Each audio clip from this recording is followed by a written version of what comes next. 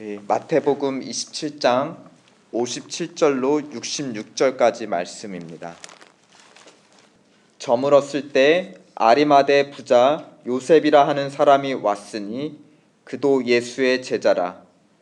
빌라도에게 가서 예수의 시체를 달라 하니 이에 빌라도가 내어주라 분부하거늘 요셉이 시체를 가져다가 정한 세마포로 싸서 바위 속에 판 자기 새 무덤에 넣어두고 큰 돌을 굴려 무덤 문에 놓고 가니 거기 막달라 마리아와 다른 마리아가 무덤을 향하여 앉았더라. 그 이튿날은 예비일 다음 날이라.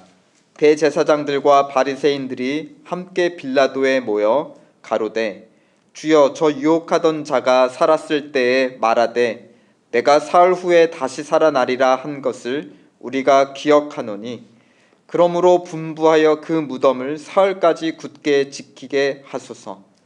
그의 제자들이 와서 시체를 도적질하여 가고 백성에게 말하되 그가 죽은 자 가운데서 살아났다 하면 후에 유혹이 전보다 더 될까 하나이다 하니 빌라도가 가로되 너희에게 파수꾼이 있으니 가서 힘대로 굳게 하라 하거늘 저희가 파수꾼과 함께 가서 돌을 임봉하고 무덤을 굳게 하니라.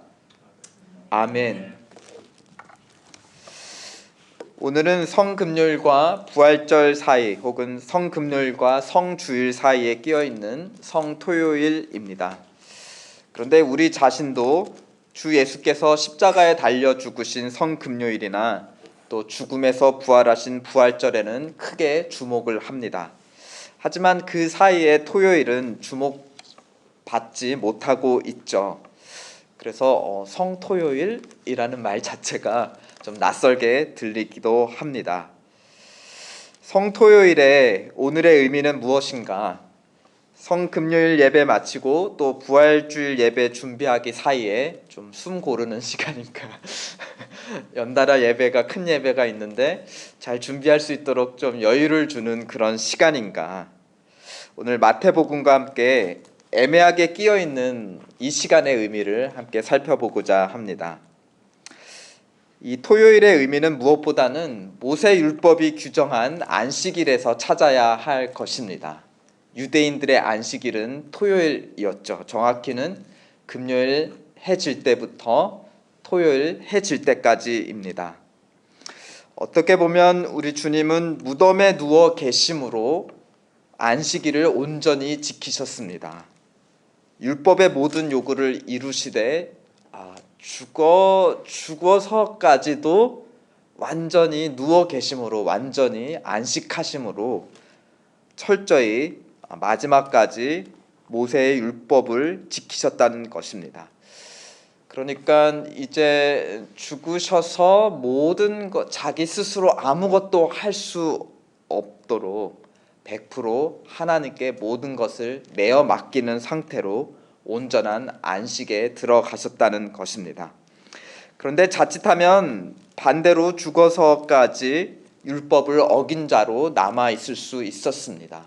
그 생애 동안 모든 것을 지켰다고는 하지만 혹시 그 유대인의 율법, 장례법에 따라서 온전하게 장례를 치르지 못했다면 자칫 부정한 시체가 되어서 마지막에 흠을 남길 수 있었다는 것입니다.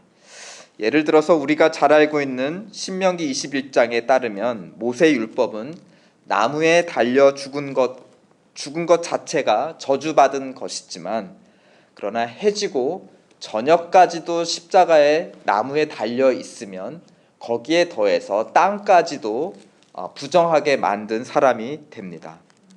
그런데 당시 로마법에서 십자가에서 처형받은 사람은 정치적으로 중범죄자였습니다. 그래서 십자가에 죽은 이후에도 그대로 매달아 두는 경우가 많았습니다. 혹은 십자가 자체가 모자라서 시체를 내리고 다른 사람을 올려야 될 때에도 그 시체를 공동묘지에 아무렇게나 던져놓고 대충 흙을 덮어서 대충 매립하는 경우가 많았습니다. 그러니까 십자가가 서 있는 자리가 끔찍한 이유 중에 하나는 그 자체도 끔찍하지만 그 주변에 아무렇게나 던져진 범죄자들의 시체가 널려 있었다라는 것. 그것이 시각적으로만이 아니라 또 후각적으로도 굉장히 기피해야 하는 무서운 장소가 되었던 것입니다. 또한 그런 시체를 대해서는 명예로운 장례 절차는 고사하고 가족 친지들이 와서 애도하는 것도 금지가 되어 있었습니다. 그러니까 죽어서까지도 불명예스러운 자인 것을, 중범죄자인 것을 완전히 낙인 찍었던 것입니다. 그런데 예수님이 달리신 그 금요일이 지나고 오늘 우리 시간으로 금요일 저녁은 바로 새로운 날의 시작이었고 특별히 안식일의 시작이었습니다. 그런데 이때 안식일은 그냥 안식일도 아니고 유월절과 또 이어지는 무교절이 이어지는 굉장히 큰 명절에 끼어 있는 안식일이었습니다. 그래서 유대인들은 안식일을 굉장히 중요하게 여기지만서도 특별히 큰 명절이 끼어 있는 중에 당한 안식일은 더 특별한 안식일로 혹은 큰 안식일이라 이렇게 불렀습니다. 그러니까 예수 그리스도께서는 다른 날도 아닌 또 보통 안식일도 아닌 큰 명절이 끼어 있는 큰 안식일의 그 시작부터 죽은 채로 나무에 달려 계실 수 있었다는 것입니다. 그리고 내려진다고 해도 적법하게 장례 절차를 받지 못하고 땅에 널브러져 있는 부정한 시체가 될 수 있었다는 것입니다. 그러면 율법의 모든 요구를 이루었다라고 볼 수 없게 되는 그런 상태가 되는 것이었습니다. 그런데 하나님께서는 이제 죽어서 아무것도 할 수 없는 예수 그리스도를 향해서 아리마대 사람 요셉이라는 사람을 예비해 주셨습니다. 그가 빌라도에게 갔습니다. 다른 복음서에 의하면 이 요셉은 존경받는 유대인 공의회원이었다. 혹은 하나님의 나라를 기다리는 경건한 사람이었다라고 묘사를 합니다. 그런데 오늘 우리가 읽은 마태복음 57장, 28장 57절에 보면은 그를 주목하는 키워드가 두 가지입니다. 첫 번째는 아리마대 부자 요셉이었다. 또 예수의 제자였다. 이 두 가지를 강조하고 있습니다. 특별히 왜 부자인 것을 강조하였는가? 이사야서 53장 9절에 보면 예수 그리스도의 죽음과 관련해서 그 묘실이 부자와 함께 되었다라고 하면서 부자의 묘실에 안치된 것을 예언합니다. 그러니까 오늘 마태는 그것을 간접적으로 강조하고 있는 것이죠. 부자 요셉이 자기가 예비한 무덤에 예수의 시체를 안치하였다. 그러므로 이사야 말씀이 성취되었다는 것을 마태는 강조하고 싶었습니다. 그래서 요셉 앞에 특별히 그가 부자인 것을 강조하고 있는 것이었죠. 그런데 또 마태복음의 평행 본문의 비교 본문에 따르면은 이 요셉이 당돌이 빌라도에게 가서 당돌이 예수의 시체를 내어줄 것을 요구했다고 합니다. 그래서 이제 당돌이라는 것은 용기를 내어서 그렇게 하는 것이 쉽지 않은 상황에서 용기를 내어 무리한 것을 요구하였다라는 것이었습니다. 예수는 십자가에 처형받은 중범죄자였기 때문에 그 시체를 내어달라고 하는 것 자체가, 그래서 적법하게 장례를 치르겠다고 요구하는 것 자체가 로마법에 있어서는 큰 무리 되는 요구였다라는 것입니다. 이것은 하나님께서 그에게 주신 용기였습니다. 그러자 58절에 총독 빌라도의 마음도 움직였는지 그는 순순히 내어줍니다. 그리고 59절 요셉은 유대인의 적법한 장례 절차를 따라 예수를 장사하였는데요. 특별히 60절 자기가 예비한 새 무덤에, 그러니까 아무도 아직 안치된 적이 없는 새 무덤, 자기가 혹은 자기의 가족이 묻혀야 될 그 새 무덤에 처음으로 예수의 시체를 안치합니다. 근데 이제 우리 58절과 9절에 보면 계속해서 예수의 시체, 그리고 59절 요셉이 시체를 가져다가라고 하면서 예수 그리스도께서 완전히 죽으셨음을 강조하고 있습니다. 그러니까 죽어서 아무것도 할 수 없는, 자신의 의지로 움직일 수 없는 그 예수 그리스도를 위해서 하나님은 사람들을 통해 움직이셨고, 그 시체를 움직이셨고, 큰 안식일에 부정을 범하지 아니하도록 온전한 무덤에 온전하게 장례를 시키셨다라는 것입니다. 오히려 예수 그리스도는 죽어서 아무것도 하실 수 없을 때 정결하게 온전하게 큰 안식일을 지키실 수 있었습니다. 그런데 아이러니하게도 예수를 정죄하고 못 박은 대제사장들과 바리새인들은 도리어 안식하지 못하는 것을 오늘 본문에서 발견하게 됩니다. 62절 예비일 다음 날, 그러니까 큰 안식일 자체를 의미하는 겁니다. 그러니까 안식일 자체가 큰 안식일이었기 때문에 특별히 예비해야 되는 날을 따로 둘 정도의 큰 안식일이었는데, 예비일 다음 날 큰 안식일에 그들은 빌라도에게 달려갑니다. 어쩌면 아침이 밝아오자마자 빌라도에게 쳐들어갔을 것인지 모릅니다. 64절에 로마 군사를 보내어 예수의 무덤을 지켜줄 것을 요구합니다. 그러니까 제자들이 시체를 훔치고 예수께서 부활했다고 거짓말할까봐 이들은 어쩌면 밤새 노심초사하고 안절부절 못했는지 모르겠습니다. 유대인의 유월절은 금요일 저녁부터 시작인데, 그러니까 잠자는 사이 동안 이들의 마음은 안식하지 못했다는 것이죠. 그리고 날이 밝자마자 이들의 몸도 부산하게 움직여서 빌라도에게 달려갔다는 것입니다. 65절에 총독 빌라도는 자기 군사는 보낼 수 없으니 그들이 소유하고 있는 성전의 파수꾼들을 보내라고 합의를 합니다. 66절을 다 함께 읽어보실까요? 시작.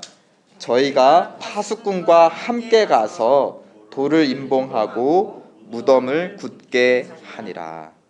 저희가 파수꾼과 함께 갔다. 그러니까 예수의 무덤까지도 또 부지런히 갔다라는 것입니다.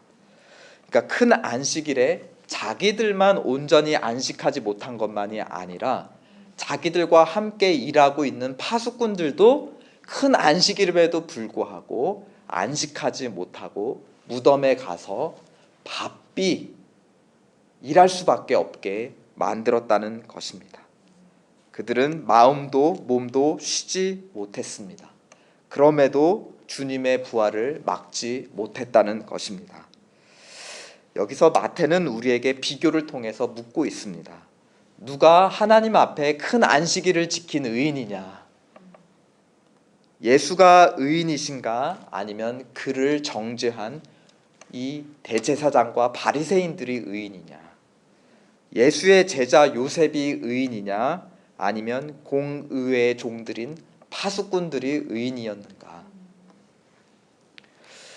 하나님은 요셉이 죽어 누우려고 예비한 자리에 예수 그리스도께서 먼저 눕게 하셨습니다.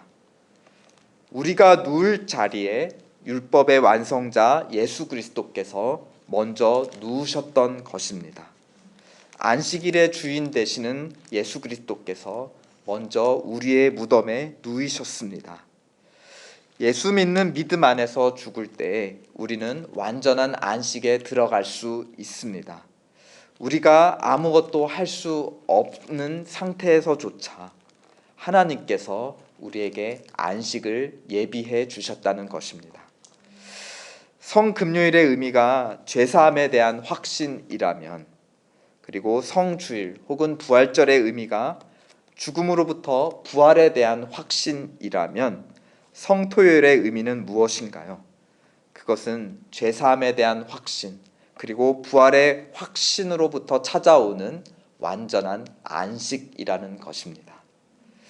여러분은 요즘 무엇으로 불안하고 또 분주하고 계시는가요? 오늘 성토요일을 맞아서 십자가의 주님과 부활의 주님뿐만이 아니라 무덤 속에 온전히 안식하고 계시는 주님을 한번 묵상해 봅시다.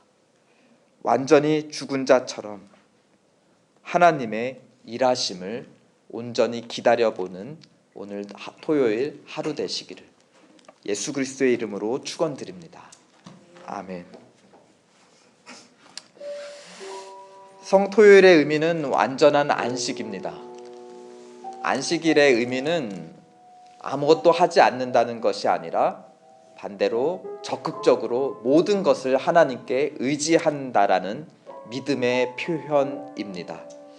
예수 그리스도는 죽으심으로 아무것도 할 수 없는 완전한 무기력한 상태에 들어가셨습니다. 그러나 하나님은 사람들, 의인 요셉을 통해서 예수 그리스도께서 온전히 안식일을 지키도록 무덤에 누이시도록 그렇게 조치하셨습니다. 성토요일의 의미는 완전한 무능력입니다. 완전한 내려놓음, 그리고 완전한 기다림입니다. 우리 시간 함께 기도하시죠. 하나님, 내가 지금 불안한 것, 나를 분주하게 만드는 것 무엇인지 깨닫게 해보시고, 또 오늘 하루만이라도 이 모든 것을 전혀 생각하지 않는 자유함, 죽어서 무덤에 누인 것 같은 무기력함 속에 완전한 자유함을 허락해 주시옵소서. 하나님을 믿고 신뢰하며 기다릴 수 있게 도와주시옵소서. 또 우리 공동체가 간절히 바라고 기다리며 애쓰지만 아직 이루어지지 않은 것 같아서 우리 마음에 분주한 그 무엇이 무엇일까요? 우리 그것도 함께 내려놓고 기다리며 완전히 죽은 자처럼 하나님을 기다리는 오늘 하루 되었으면 좋겠습니다. 우리 시간 같이 기도하겠습니다.